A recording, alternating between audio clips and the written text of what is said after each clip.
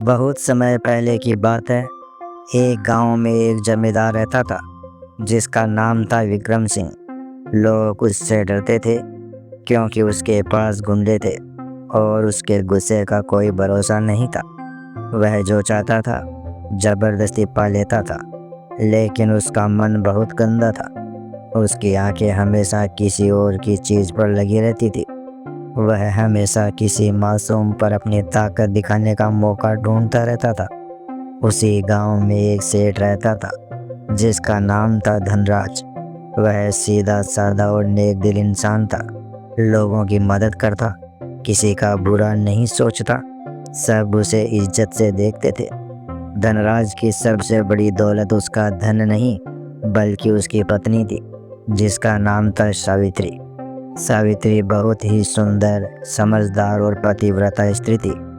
वह सुबह जल्दी उठती, भगवान की पूजा करती, तुलसी को जल देती और अपने पति की सेवा में लग जाती।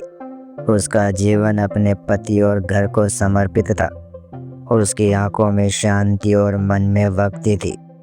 गांव की औरतें उसे आदर्श मानती थी। धनराज भी अपनी पत्नी को बहुत मानता था। वह कहता, सावित्री ही मेरे घर की लक्ष्मी है, मैं तो बस इसका सेवक हूँ। उन दोनों का जीवन बहुत सुखी था, लेकिन ये सुख देखकर किसी की नज़र लग गई। एक दिन सावित्री मंदिर में भगवान की आरती कर रही थी। वहीं खड़ा था जमींदार विक्रम सिंह। जैसे ही उसने सावित्री को देखा, उसकी आंखें वहीं ठहर गई। वह सावित्री की सुंदरता देखकर उसे पाने की लालसा से मचल उठा। उसके मन में विचार आया कि ऐसी औरत तो मेरी हवेली में होनी चाहिए, न कि किसी सेठ के घर में। उस दिन से विक्रम सिंह की नज़रें सावित्री के पीछे लग गई। वह हर रोज उसे मंदिर में देखने आने लगा। कभी रास्ते में अपनी बग्गी को सावित्री के सामने लाकर रोक देता, तो कभी अपने नौकरों से उसकी खबर निकलवाता। सावित्री को धीरे धीरे महसूस होने लगा कि कोई उसे अजीब नज़रों से घूर रहा है। उसका मन बेचैन रहने लगा। एक दिन जब वह मंदिर से लौट रही थी, तो विक्रम सिंह की बग्गी उसके सामने आकर रुक गई। वह बग्गी से उतरा और मुस्कुराते हुए बोला, बहुत जल्दी चली जाती हो, एक बार मेरी बात तो सुनो। सावित्री चौंकते हुए बोली, मैं किसी गैर मर्द से बात नहीं करती, मुझे घर जाना है, रास्ता दीजिए। विक्रम सिंह उसकी ओर थोड़ा सा झुकते हुए बोला, इतना ताव क्यों खा रही हो? आखिर तुम भी तो औरत हो, तुम्हें भी तो प्यार चाहिए। सावित्री घबरा गई। वह कुछ नहीं बोली और तेजी से वहाँ से निकल गई। उस दिन जब वह घर पहुँची, तो उसका चेहरा पीला पड़ा हुआ था, हाथ पैर कांप रहे थे।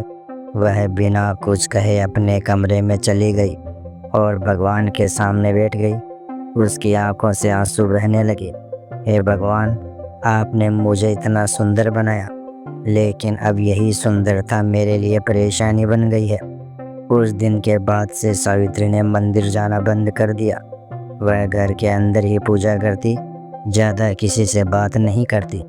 धनराज ने एक दिन प्यार से पूछा, सावित्री, क्या बात है, तुम आजकल मंदिर क्यों नहीं जाती हो? सावित्री ने मुस्कुराने की कोशिश करते हुए कहा, अब भगवान को घर से ही देख लेती हूँ। लेकिन उसकी आंखें उसकी बातों को झुठला रही थी, क्योंकि उनमें डर और चिंता साफ साफ दिखाई दे रही थी। घर का पुराना नौकर रामू काका सब समझ रहा था। वह सावित्री को अपनी बेटी जैसा मानता था। उसने धीरे से पूछा, बहू रानी, क्या कोई परेशानी है? जो कुछ भी है तुम मुझसे कह सकती हो। सावित्री ने उसकी ओर देखते हुए कहा, काका, मैं ठीक हूँ, लेकिन अब समय आ गया है कि मैं खुद कुछ करूँ। रामू काका ने कहा, मैं तुम्हारे साथ हूँ, जो भी करना हो बता दो। उस रात सावित्री ने भगवान से कहा। मैं चुप रही क्योंकि मुझे लगा भगवान मेरी रक्षा करेंगे, लेकिन अब मैं समझ चुकी हूँ कि भगवान उनकी ही रक्षा करते हैं जो खुद की रक्षा करना जानते हैं। उसने दीपक के सामने प्रण किया, अब मैं अपनी मर्यादा की दीवार खुद बनाऊंगी, चाहे सामने कितना भी बड़ा तूफान क्यों न हो। उसकी आंखों में अब डर नहीं था, बल्कि एक शांति थी, एक ऐसी शांति जो केवल हिम्मत से आती है। सावित्री के कमरे में दीपक की लौ मंद मंद जल रही थी। बाहर रात का सन्नाटा पसरा हुआ था, लेकिन भीतर एक औरत का मन जाग रहा था। उसने रामू काका को धीरे से पास बुलाया और कहा, काका, अब समय आ गया है कि सच्चाई का सामना किया जाए। रामू काका की आंखों में चिंता थी। काका ने कहा, बहुरानी, सामने विक्रम सिंह है, वो कोई मामूली आदमी नहीं है। सावित्री ने कहा, काका, मैं किसी से लड़ाई नहीं कर रही, मैं तो बस अपने सम्मान की रक्षा करना चाहती हूँ। और अगर एक औरत अपने लिए नहीं खड़ी होगी तो फिर कौन होगा? रामू काका ने सिर झुकाते हुए कहा, आप जो कहेंगी मैं वही करूँगा। अगले दिन सावित्री घर की साफ सफाई करते हुए हवेली की छत पर चढ़ गई। वहाँ से पूरे गांव का कोना कोना दिखाई देता था। मंदिर का दरवाज़ा, जमींदार की हवेली का दरवाज़ा और उनकी निगाहें।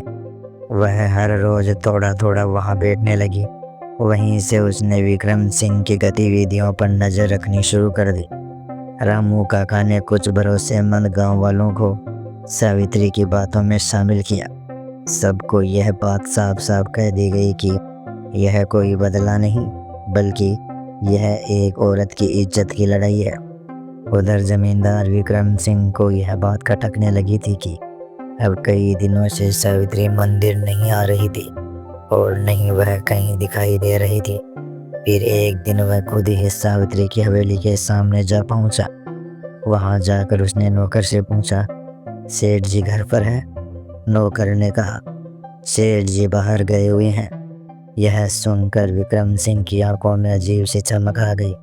अच्छा, तो घर में सुमित्रा अकेली है? उस दिन सावित्री ऊपर की छत पर तुलसी के पास खड़ी थी। नीचे किसी के कदमों की आवाज़ आई तो रामू काका दौड़ते हुए आया और बोला, बहुरानी, जमींदार नीचे आ गया है। सावित्री ने कहा, काका, अब समय आ गया है, अब जो करना है वो आज ही होगा। विक्रम सिंह धीरे धीरे अंदर आ गया। उसने चारों ओर देखा और फिर मुस्कुराते हुए बोला, सुमित्रा जी, बहुत दिन हो गए, आज अकेली हो इसलिए मिलने चला आया। सावित्री नीचे आई, लेकिन उसने दरवाज़ा बंद नहीं किया, बल्कि पूरी हवेली के दरवाजे खोलते हुए कहा, अगर बात करनी है तो खुले में करिए जमींदार साहब, मेरे पास छुपाने के लिए कुछ भी नहीं है और आप जैसे लोगों को अब दुनिया के सामने लाना ही होगा। विक्रम सिंह थोड़ा चौंकते हुए बोला, क्या मतलब? सावित्री ने सामने रखे हुए एक छोटे से लोटे की ओर इशारा करते हुए कहा, इसमें गंगा जल है। अगर आज मेरी मर्यादा पर कोई भी आँच आई तो मैं अपने प्राण दे दूंगी, और अगर मेरी सांस बंद हुई तो पूरा गांव आपके खिलाफ खड़ा हो जाएगा। विक्रम सिंह हंसते हुए बोला, अरे ये नाटक मुझसे मत करो, दुनिया डरती है मुझसे, तुम क्या कर लोगी? तभी बाहर से शोर सुनाई देने लगा, विक्रम सिंह वापस चले जाओ, सावित्री अकेली नहीं है। गांव के कुछ लोग, जिनमें महिलाएं, बूढ़े और नौजवान सब थे, हवेली के सामने खड़े थे। रामू काका ने पहले ही खबर पहुंचा दी थी। विक्रम सिंह ने चारों ओर देखा। अब उसके चेहरे की रंगत उड़ चुकी थी, उसकी हंसी गायब हो गई थी। सावित्री ने शांत स्वर में कहा, मैं चुप थी लेकिन कमज़ोर नहीं थी। आप जैसे लोगों के लिए चुप्पी सहमति नहीं होती, यह मर्यादा की मजबूरी होती है। लेकिन जब वक्त आता है तो एक औरत सब कुछ बदल सकती है। विक्रम सिंह अब बिना बोले पीछे मुड़ गया और चुपचाप वहाँ से चला गया। उसके पीछे उसका घमंड और लालच दोनों कुचल चुके थे। गांव वालों ने सिर झुकाकर सावित्री को प्रणाम किया। उस रात हवेली में एक बार फिर दीपक जला। सावित्री भगवान के सामने बैठी हुई थी। हे भगवान, आपने शक्ति दी, सहन शक्ति भी दी, लेकिन सबसे बड़ी बात, आपने मुझे बोलने की हिम्मत दी। तुलसी के पास दिया अब भी जल रहा था, जैसे किसी लंबे अंधेरे के बाद रोशनी की एक मीठी लहर बह रही हो। सावित्री उसी रोशनी को निहार रही थी। उसकी आंखों में अब न कोई डर था न कोई बोझ, बस एक सुकून था। ऐसा सुकून जो तब मिलता है जब कोई औरत अपने आत्मसम्मान के लिए खड़ी हो जाती है और डटकर मुकाबला करती है। रामू काका उसके पास आए। उनके हाथों में एक छोटी सी थाली थी, उसमें नारियल, रोली और फूल थे। उन्होंने कहा, बहू रानी, आज ये पूजा आपके नाम है। आप ना सिर्फ इस हवेली की बल्कि पूरे गांव की शान है। अगली सुबह जब सूरज उगा तो उसका रंग थोड़ा अलग था। गांव की गलियों में एक नई बात की चर्चा हो रही थी। सावित्री ने जमींदार को उसके घमंड समेत झुका दिया। जहां कल तक लोग डरते थे, आज वही लोग साहस की बातें कर रहे थे। औरतें अपना सिर ऊंचा करके चल रही थी। बूढ़े कह रहे थे, जब तक ऐसी बहुएं जन्म लेती रहेगी, गांव की मर्यादा सुरक्षित रहेगी। विक्रम सिंह अब हवेली में अकेला बैठा था। पहली बार उसे अपनी ही हवेली का सन्नाटा चुभ रहा था। नौकर उससे आंखें चुरा कर काम कर रहे थे। कोई उसकी बात पर हाँ नहीं करता था। उसके मन में अजीब उथल पुथल थी। वो बार बार खुद से पूछता, क्या मैं हार गया? मैं तो ताकतवर था। लेकिन उसने मेरी आंखों में देखकर सच कह दिया, वो भी बिना डरे हुए। उसकी अकड़ अब फिकलने लगी थी। उसे समझ में आने लगा था कि डर के सहारे राज नहीं चलता। किसी के शरीर को झुका सकते हैं लेकिन आत्मा को नहीं। सावित्री फिर अपने पुराने जीवन में लौट आई थी। सुबह पूजा, तुलसी को जल, रसोई में पति के लिए भोजन और फिर दिन भर शांति। लेकिन अब उसके चेहरे पर जो तेज था वो पहले से भी ज़्यादा था। उसकी चुप्पी अब सम्मान बन गई थी और उसकी आंखों में अब सवाल नहीं, जवाब थे। सेठ धनराज को जब शहर से लौटने की पूरी घटना का पता चला तो वह कुछ देर तक स्तब्ध रह गया। फिर उसने सावित्री के पास जाकर धीरे से कहा, मैंने हमेशा तुम्हें पूजा, लेकिन अब मैं तुम्हें समझ पाया हूँ। तुम सिर्फ मेरी पत्नी नहीं बल्कि मेरी प्रेरणा हो। सावित्री ने मुस्कुराकर कहा, पति के साए में खड़ी औरत अगर सच के लिए नहीं लड़ेगी तो किसके लिए लड़ेगी? धनराज ने उसका हाथ थाम लिया। दोनों की आंखों में नमी थी, लेकिन वो नमी दुख की नहीं, गर्व की थी। गांव के बुजुर्गों ने तय किया कि अब जमींदार की करतूत पर पंचायत बैठेगी। पहले कभी ऐसा नहीं हुआ था कि कोई जमींदार पंचायत के कटघरे में खड़ा हो। लेकिन अब बात सिर्फ एक औरत की नहीं थी बल्कि बात गांव की मर्यादा की थी। सावित्री को भी बुलाया गया। पंचायत में सबके सामने वह आई, लेकिन पूरी गरिमा के साथ। गांव का मुखिया बोला, बहन, तुम कुछ कहना चाहो तो कह सकती हो। तुम्हारा हर शब्द अब गांव की नई दिशा तय करेगा।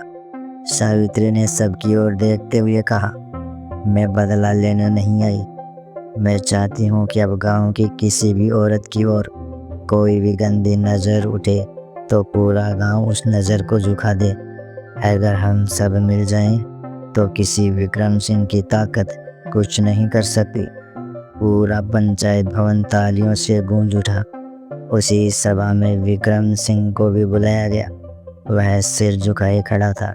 उसने कहा, मैंने अपराध किया है, मैं शर्मिंदा हूँ, मैं आप सबसे क्षमा चाहता हूँ। लोग चकित थे। गांव का वही विक्रम सिंह जो कभी किसी की नहीं सुनता था, आज सबके सामने हाथ जोड़कर खड़ा था। सावित्री ने कहा, माफ करना इंसान का धर्म है, लेकिन याद रखना अगली बार माफ़ी से पहले इंसानियत ज़रूरी है। उस पंचायत के बाद गांव में बहुत कुछ बदल गया। बहुत समय बीत चुका था। सावित्री अब थोड़ी उम्रदराज हो गई थी, पर उसकी आंखों में अब भी वही तेज था। गांव बदल चुका था। हवेली की रसोई में अब नई पीढ़ी के बच्चों की हंसी गूंजती थी। सावित्री और धनराज अब दादा दादी बन चुके थे। विक्रम सिंह अब बूढ़ा हो गया था। उसकी हवेली अब वीरान थी और उसकी आंखें हमेशा नीचे झुकी रहती थी। एक दिन बहुत बीमार होने पर उसने गांव के एक लड़के को संदेश देकर सावित्री को बुलवाया। सावित्री ने सुनते ही कहा, मैं उससे नफरत नहीं करता, मैं बस उसकी आंखों में देखना चाहती हूँ कि क्या उनमें सचमुच पछतावा है। वो चुपचाप विक्रम सिंह के कमरे में पहुंची। विक्रम सिंह ने धीरे से आंखें खोली।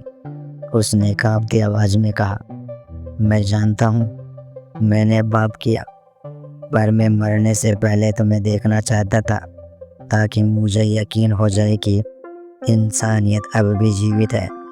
सावित्री ने उसकी ओर देख कर सिर्फ इतना कहा, मैंने तुम्हें उसी दिन माफ़ कर दिया था जब तुम पंचायत में सिर झुकाकर खड़े थे, लेकिन याद रखो, माफ़ी आत्मा को मिलती है, देह को नहीं। विक्रम सिंह ने आंखें मूंद ली। उस दिन वो सो गया, शायद हमेशा के लिए। लेकिन गांव में एक नई बात फिर फैल गई। जिस औरत को उसने तोड़ने की कोशिश की थी, उसी ने उसे सबसे बड़ा सबक सिखाया। वर्षों बीत गए। सावित्री अब बहुत वृद्ध हो चुकी थी। उसके जीवन की सांझ अब नजदीक थी।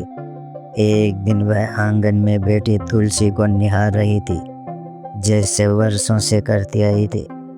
उसकी पोती पास आकर बोली, दादी, तू हमेशा इतनी शांत क्यों रहती है?